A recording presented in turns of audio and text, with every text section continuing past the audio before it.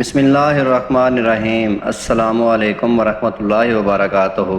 دوستو، آج کی ویڈیو ہماری دو باتوں پر مشتمل ہے، ایک حدیث شریف اور دوسرا چاند کی تاریخ۔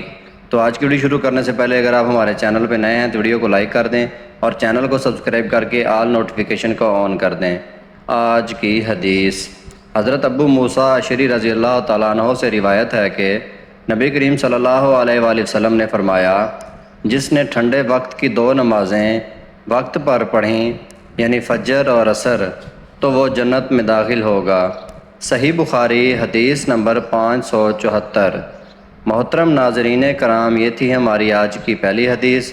ہماری آج کی دوسری حدیث ہے، فرمان آخری نبی صلی اللہ علیہ وآلہ وسلم ہے، جس نے اپنے بھائی کی غیر موجودگی میں اس کی عزت بچائی، اللہ پاک پر حق ہے کہ اسے جہنم سے آزاد فرما دے۔ مسند احمد بن حنبل 10/445، حدیث نمبر 27680۔ محترم ناظرین کرام، یہ تھی ہماری آج کی دو حدیث۔